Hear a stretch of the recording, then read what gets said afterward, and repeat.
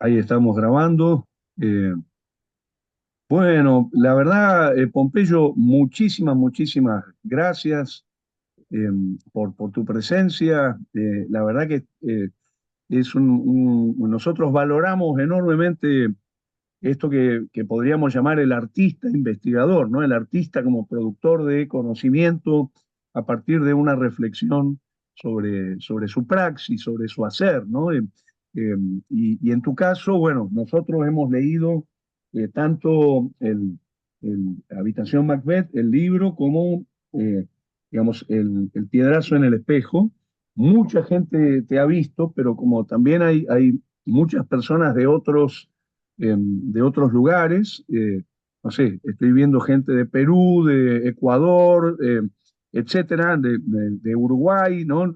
Lo dejo ahí para no llevar tanto tiempo. Quería avisarte que por ahí hay gente que no ha visto el espectáculo, pero sí han leído el texto y han leído el piedrazo en el espejo, ¿no?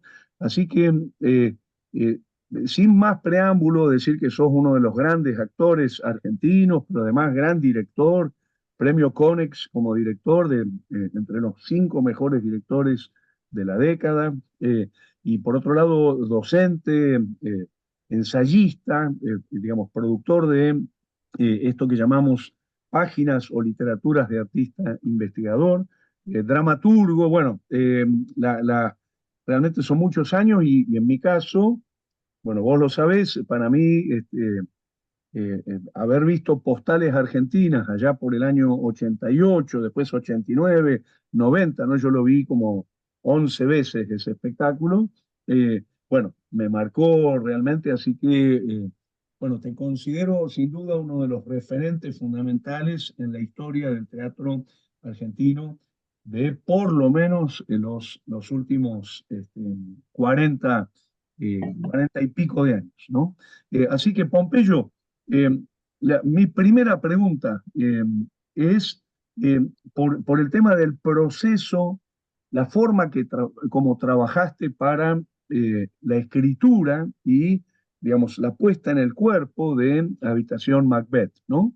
Quiero aclararte que las entrevistas que te hicimos ya han sido leídas, pero me gustaría si podemos ir viendo cómo recordás vos los pasos que seguiste, ¿no? Porque yo me imagino que lo primero fue tomar la decisión de meterse con este texto de Shakespeare, ¿no? Y me imagino, en primer lugar, buscando traducciones o metiéndote con los originales, ¿no?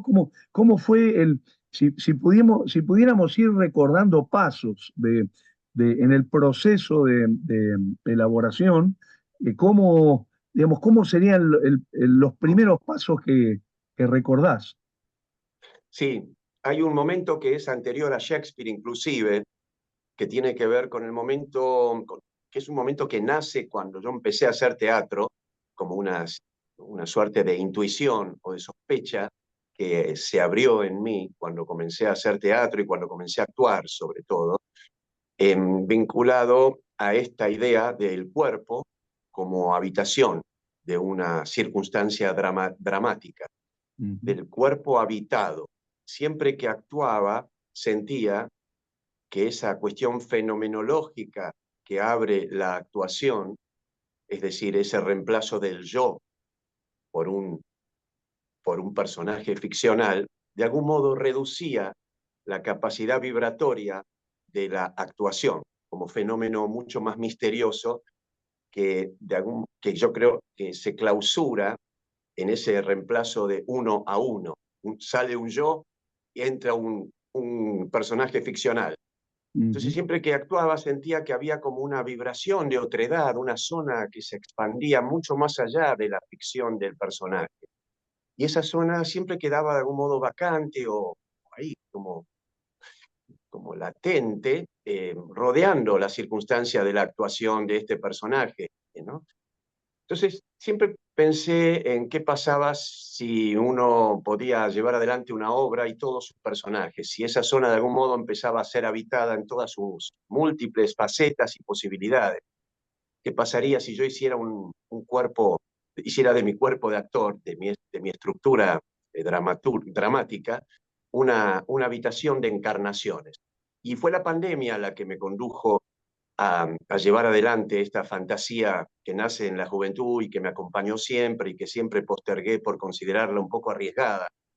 En las circunstancias de la pandemia, en esa clausura en la que me vi de repente angustiado allá en mi casita de Mar del Sur, en la costa bonaerense, comprendí que el único teatro que quedaba en pie para mí era mi cuerpo. Entonces ahí decidí pasar a la ofensiva con esa intuición, con esa fantasía, y tomé ahí la obra de Shakespeare, sobre la que yo ya venía de algún modo trabajando, o, o yo venía ya estableciendo conexiones con ella, porque siempre me pareció muy atractiva como obra, y la tomo porque me pareció en ese momento que era una obra de carácter universal, y yo Ujú. debía encontrar un material universal, como lo era la pandemia en la que me encontraba, un autor universal, Shakespeare, y una obra mítica de ese autor. Y de las obras de Shakespeare me parecía que es la que más se parecía o se parece al propósito de cuerpo habitado.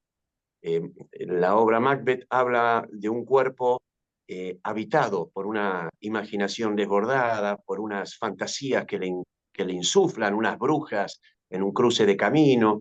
Tiene muchos aspectos metafísicos y sobrenaturales el planteo shakespeariano en la obra. Entonces me pareció que era la superficie de inscripción apropiada para el propósito mío, para ese propósito de base, que es el que funda esta posibilidad. Entonces comencé a hacer la adaptación, me proveí, me, me, me conseguí montones de traducciones, hay Ujú. muchísimas traducciones, Claro. y entre todas fui armando una versión propia. Me permití la reescritura en la certeza de que gran parte de las traducciones eran incompletas y no hacían de algún modo honor a la magnitud poética que se tramita en esas circunstancias que Shakespeare va escribiendo. Entonces me permití, en esas condiciones de la pandemia, reescribir muchos de los textos de Shakespeare.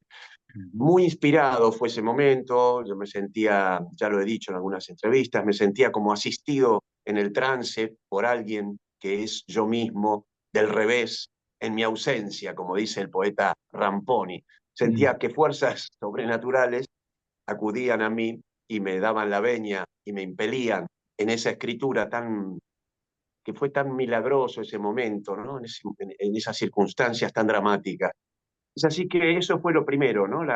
Conseguirme todas esas traducciones y permitirme, darme la veña yo también, de meter la mano ahí en la dramaturgia de la palabra. Y cuando Eh, construí ya ese cuerpo dramatúrgico, cuando ya lo reconstruí, hice la versión, ya el trabajo fue simplemente de memorizarlo y luego, bueno, toda la escalada que sufren esos textos, pasándose a mi cuerpo, estableciéndolos en distintos personajes, toda una estrategia formal, compositiva, inicialmente física y luego también escénica.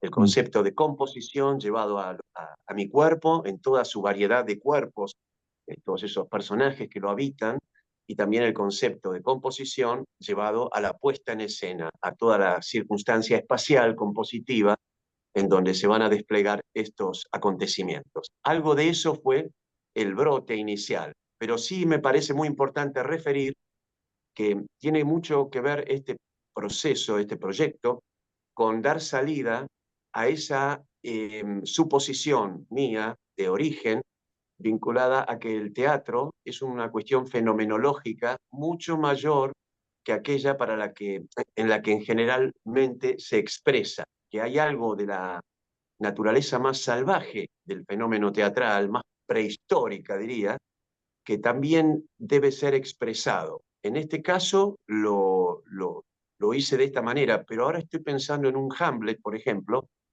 y pienso que esa cuestión fenomenológica de la vibración, de la identidad, en muchos niveles formales, diría, e internos, también puede ser dada en un solo personaje. No creo que solamente se trate de hacer muchos personajes la forma de dar cuenta de esa estructura de identidad poética, sino que también me parece que a través de un solo personaje también se podría llevado adelante de cierta manera, dar cuenta de esa vibración de otredad, de esa vibración poético y metafísica que la actuación releva y revela como arte sagrado, ¿no? Que el teatro, de algún modo, tiene como misión poner de manifiesto. Yo creo que el teatro es un arte sagrado que tiene como objetivo y como temática de base, aún antes de recubrirse con una obra dramatúrgica de escritorio, Ujú.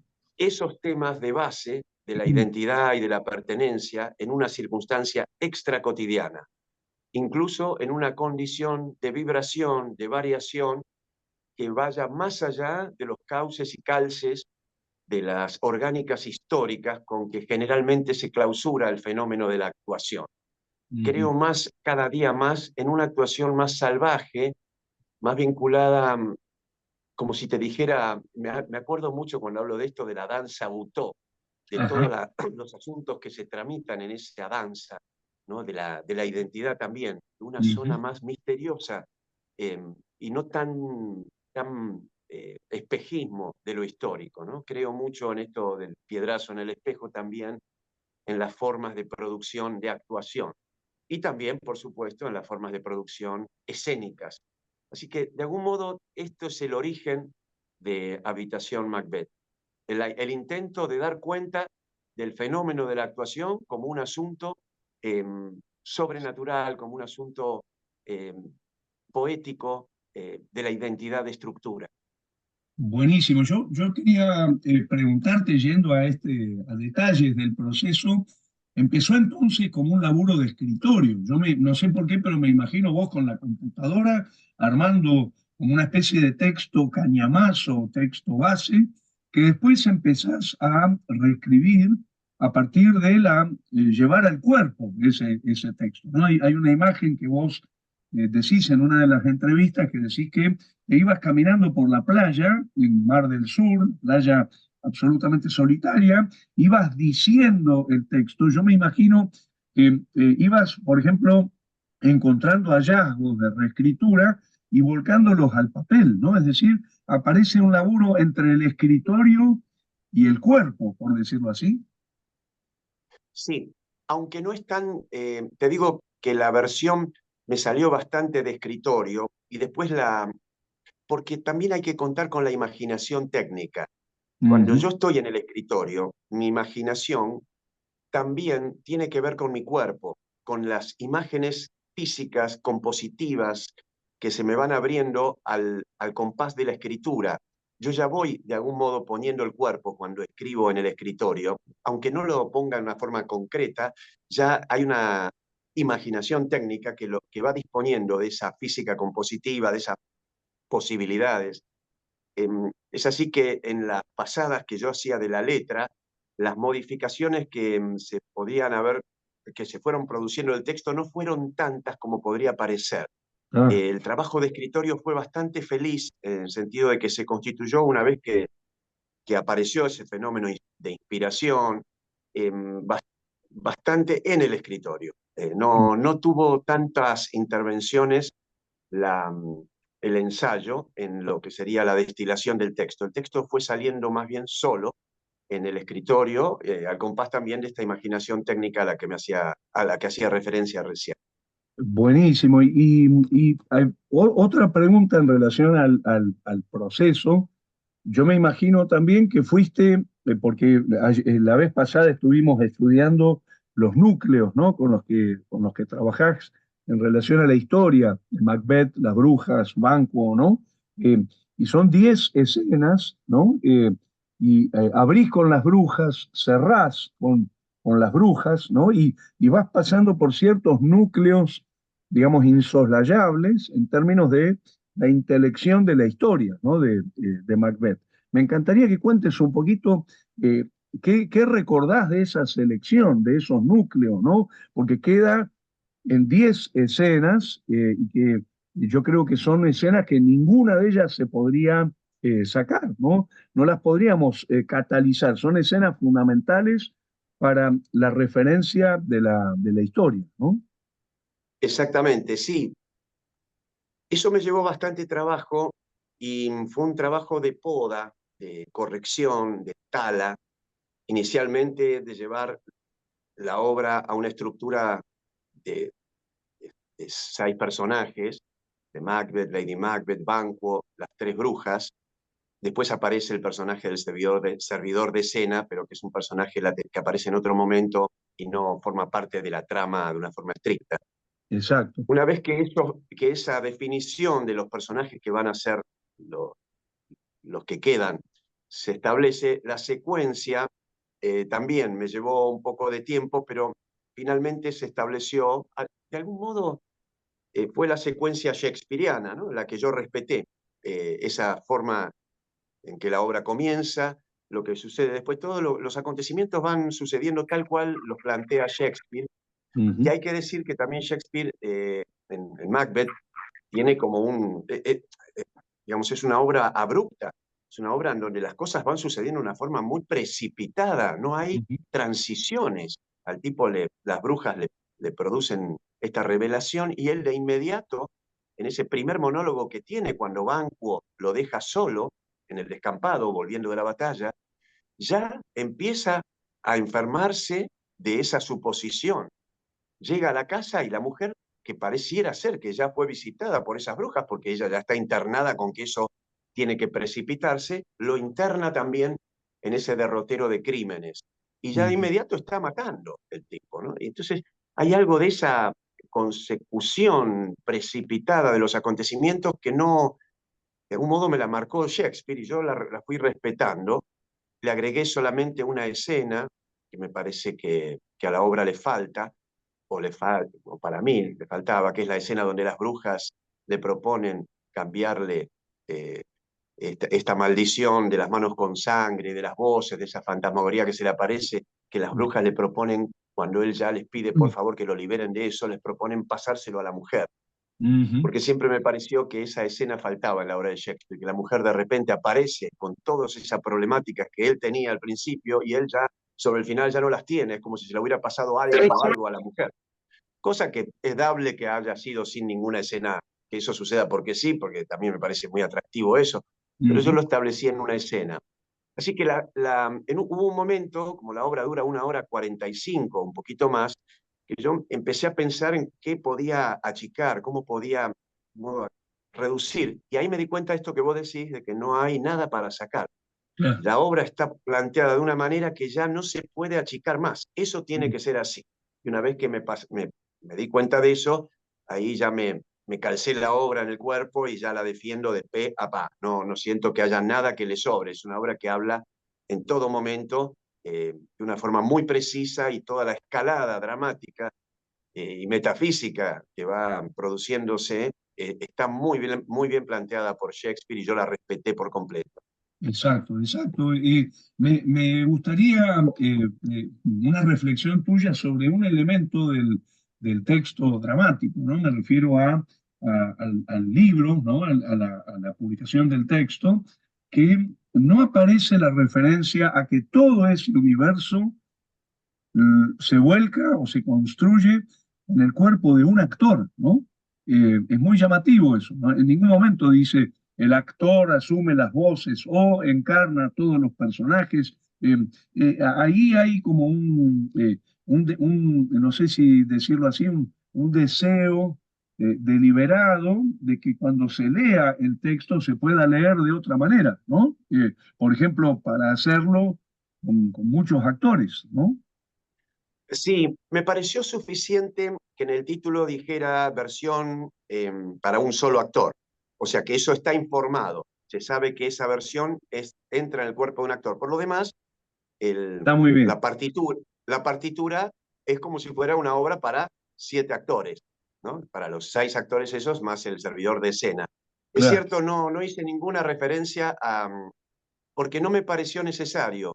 Yo incluso en mi libro, en el libro donde lo estudié, lo tengo así, lo tengo separado como si fueran distintos, como se hace en una obra de teatro, como si fueran cuerpos distintos los que van a estar ahí. Claro, El tema claro. es que los hago los cuerpos yo, ¿no? Pero no me pareció necesario referir o sobre referir la idea de que todo eso va dentro de un solo cuerpo, más allá del título, porque eso sí tiene que quedar claro. Claro, exacto. Esta idea de la habitación, ¿no? De ese cuerpo. Ahora, el otro elemento que me llamó mucho la atención es la explicitación del personaje de Club, ¿no? O sea, metés a Beckett ahí, metés a final de partida, y yo quería preguntarte por qué, ¿no? Porque hay algo muy interesante que te vimos hacer final de partida con Lorenzo Quinteros en el Centro Cultural de la Cooperación, ¿no? Entonces, algo que es muy interesante, que cuando uno lee el libro, se entera que es Club, pero si no lees el libro, ese código queda implícito, ¿no? Sí, Club, el personaje este de Club, surge accidentalmente en un momento final del proceso de creación, cuando yo mostraba la obra a mis amigos en mi estudio. Lo hacía de tarde y yo no lograba una oscuridad total. Entonces, cuando yo hacía el cambio de una escena a la otra, cuando cambiaba los elementos, se me veía. Entonces yo me daba cuenta que se me estaba viendo y me daba un poco de incomodidad porque sentía que había algo ahí que violentaba la naturaleza dramatúrgica del fenómeno ese, del cuerpo habitado. Entonces empecé, para disimularme a mí y para no estar yo, empecé a producir como un cuerpo medio mecánico, como un personajito, que de inmediato me vino a cuento Club de Fin de Partida, la mecánica formal en la que yo habitaba ese cuerpo. Entonces empecé a hacerlo así.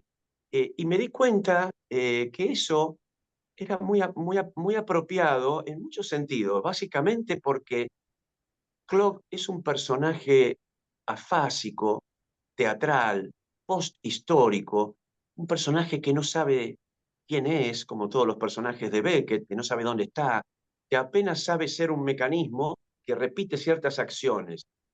Entonces, justamente a la obra le estaba faltando un concepto, un remitente último al respecto de quién es el que hace todos estos personajes. ¿Quién es la última identidad quién, como remitente de este acto del cuerpo habitado? Y me pareció que era muy dable que fuese Club, que Club es el que hace todo lo demás, el que hace todos Ujú. los personajes. Esa es su función teatral, como si dijéramos que es un personaje post-apocalíptico que ha quedado a cargo de representar él en un páramo de huesos de Qué bueno. extinción ante un público que lo rodea en una fogata, en esa intemperie, y él hace esa obra. Él es el cuerpo habitado por Shakespeare, es el que ha quedado a cargo de reverberar la potencia shakespeariana en esa llanura de extinción entre esos restos del mundo. Entonces me pareció que ese concepto beckettiano venía muy a cuento del propósito del cuerpo habitado y le daba como una, yo no diría coartada, pero sí una explicación de fondo eh, mucho más profunda y consistente y teatral que la que yo estaba teniendo hasta ese momento, Mm. que es un poco la que refieren las brujas en el primer texto, que ellas dicen que han tomado un cuerpo de la fosa del teatro, que se han metido dentro de ese cuerpo y están haciéndole a Hécate, que la sitúan en el público, la obra. Ujú. Ujú. Es una versión existencial del propósito, no lo dudo. Esa es una de las versiones con las que yo funcionaba hasta ese momento, la coartada existencial del propósito. Pero cuando aparece Club, aparece esa última coartada, que es anterior incluso a las brujas.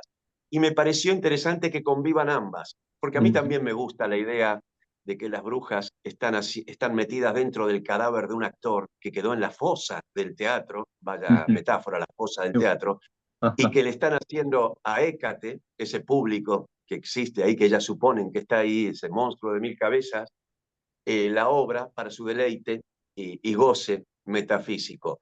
Así que ese tema de Beckett apareciéndose al final, casualmente, filtrándose en los ensayos en mi cuerpo y quedándose poniendo su estaca allí de signo y quedándose para siempre en la obra, me pareció muy feliz y me dio mucho alivio también tener una coartada también por ese lado, ¿no? Eso me gustó mucho cuando apareció.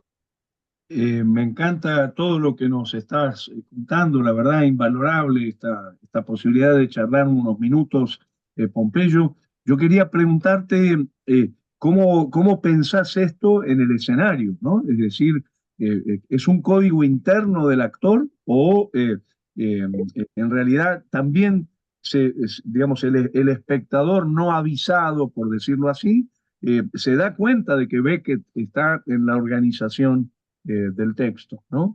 También me gustaría preguntarte por esta cosa tan reveladora que es eh, contar a Shakespeare, pero desde Beckett también, ¿no? Hay algo ahí de una operación de puente y de conexión entre Shakespeare, Beckett, Beckett, Shakespeare, ¿no? Que no sé, a mí me resulta muy estimulante ese puente. Sí, sí, yo creo que el espectador se da cuenta porque Club está muy intensificado. Me he preocupado porque cada intervención de Club en los cambios tenga como características particulares que lo señalan a él como una fuerza de gran intensidad existencial, ¿no? Como un mecanismo que dramáticamente tiene también muchos cambios, por más que es un idioma inventado, un cantito, pero va teniendo mucha variación. Queda muy afirmada su presencia como fuente generadora de todo lo demás. Como Ujú. además es el encargado de mover las cosas, uno puede asumir que por ahí pasa el origen.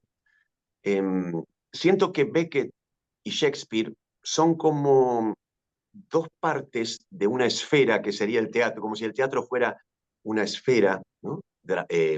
Po poética, metafísica, y Shakespeare fuera la cuestión eh, convexa, el mundo en su fragor de pasiones, de, de sentimientos, de sensaciones, de cuestiones históricas, todas esas crisis.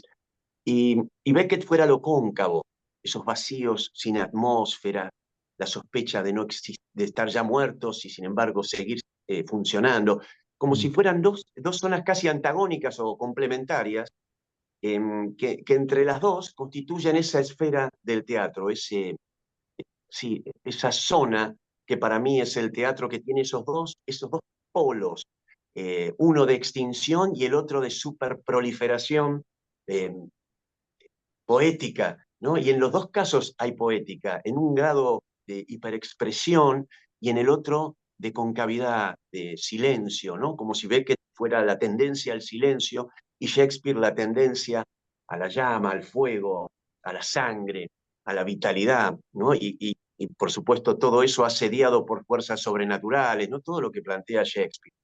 En cambio, Beckett son mecanismos, apenas recuerdan quiénes son.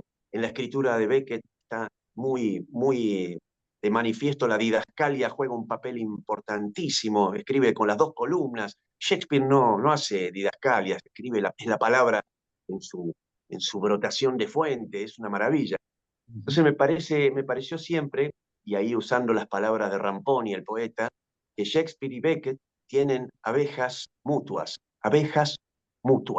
Hay algo de una conexión que me pareció siempre muy bella entre ambos niveles, ¿no? De la teatralidad. Yo siento que soy pariente de eso, que ambas zonas me convocan. Y en este caso, Beckett es la zona de base y Shakespeare es la brotación. Está brotada por eso. Porque también debo decir que no me conformo solo con Beckett ni solo con Shakespeare, que siempre Sí. necesito algo del otro y que en este caso lo he podido lograr. Ujú. Pompeyo, como ya son y media, me gustaría que vos nos digas hasta cuándo te podemos seguir preguntando para no Sí. abusar de Cinco la... minutos más. Bien, buenísimo. Entonces, mira, yo quería aprovechar porque tengo varias preguntas para hacerte y que tienen que ver mucho con el seminario. Eh, te quería preguntar por lo criollo, ¿no? Vos trabajás mucho con los códigos, llamémosle códigos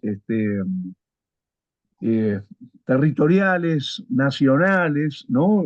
No sé, Edipo en Ezeiza, la señora Macbeth, bueno, una cantidad enorme de cuestiones, ¿no? Entonces, yo quería preguntarte cómo ves eso presente acá, porque, por ejemplo, aparece Ramponi, el gran poeta mendocino, aparece Borges, ¿no? El poema sobre la Prida, ¿no?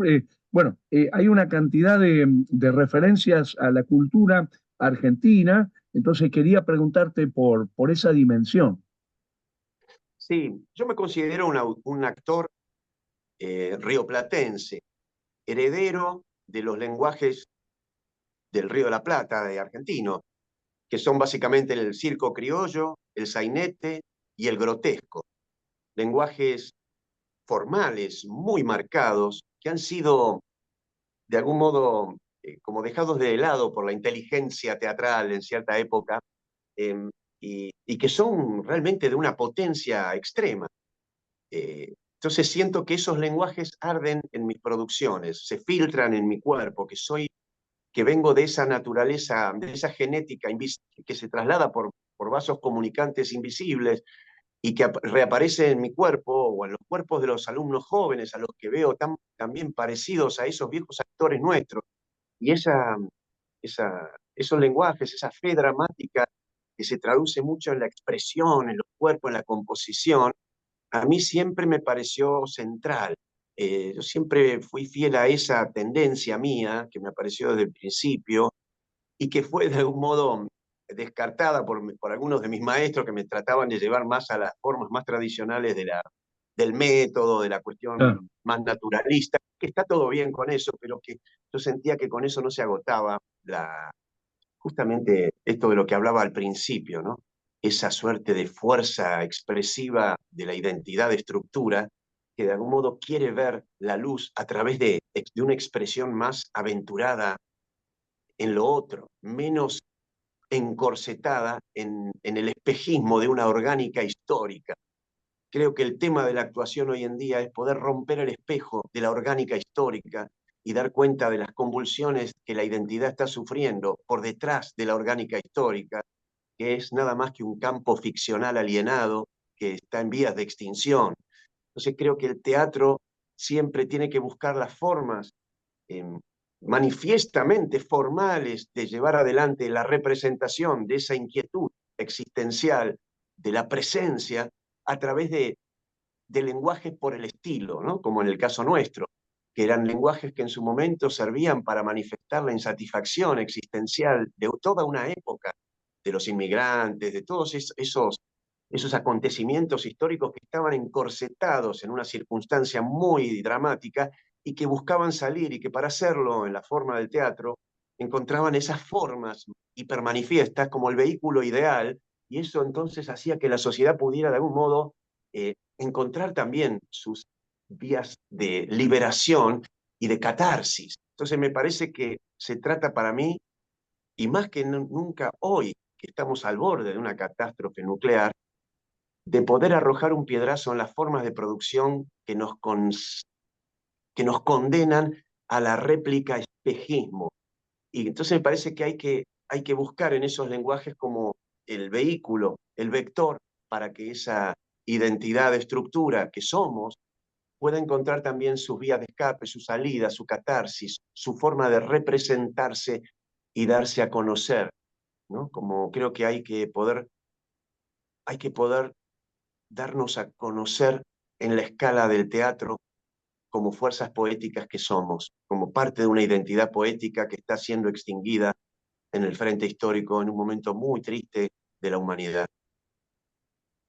Buenísimo, Pompeyo. Y para cerrar, una breve reflexión sobre el tema de los marcos. Hay un estilema tuyo como director, como poetista, digamos, como digamos, quien piensa la escena, que es el trabajo con los marcos, que en este caso usás mucho dentro me encantaría una reflexión breve, y ya te liberamos, sobre esta Sí. cuestión de la inclusión de los marcos dentro de la narrativa escénica de Habitación Macbeth. Los marcos me acompañaron siempre desde mi infancia, ya que mi familia, mi padre y mi abuelo, eh, eran artistas plásticos, y entonces toda la infancia estos marcos estuvieron allí, aunque adentro de los marcos habían grabados, ese blanco y negro de la silografía también, un arte muy metafísico, muy pariente de lo teatral, en el sentido de que es un arte de reproducción, el grabado. Mm. Y ya cuando empecé a hacer teatro, me doté de unos marcos que son como umbrales, puertas, pasajes misteriosos de un plano hacia otro plano, como diría el poeta, mar adentro de la noche que deglute y olvida, ¿no? Como el marco como un umbral, como un lugar de pasaje, como Mm. un lugar de representación misterioso, también los espejos, ¿no? Entonces, siempre trabajé con marcos, incluso hoy en día lo hago mucho en las clases, y a lo largo de todas mis producciones siempre los marcos estuvieron allí. Fue como un signo que decidí tomar y que siempre reaparece. Tiene que ver con eso, ¿no? Con esa idea de puerta, de pasaje, de umbral, de zona metafísica. Muy simple, pero a la vez muy potente, ¿no? Es una convención bien teatral. La aparición del marco ya de por sí, ese marco allí crea toda una circunstancia muy misteriosa y el público también lo acepta. Es algo muy fácil de convenir, la dinámica metasignificativa que abre el marco. Así que es algo que viene desde muy atrás en mí y lo estoy manteniendo por el momento. Buenísimo, buenísimo. Pompeyo, la verdad, te agradecemos enormemente. Te liberamos ya porque te tenés que ir a hacer función y bueno, y concentrarte y realmente te agradecemos muchísimo, muchísimo esta posibilidad de hablar con vos, permitirnos grabar, porque creo que todo lo que dijiste es invalorable realmente para poder seguir pensando la poética de Habitación Macbeth, ¿eh? Así que muchas Gracias gracias, a vos. Pompeyo, muy, muy amable, Gracias muy a amable. ustedes. Un abrazo, Abrazo. gracias, hasta luego. Gracias.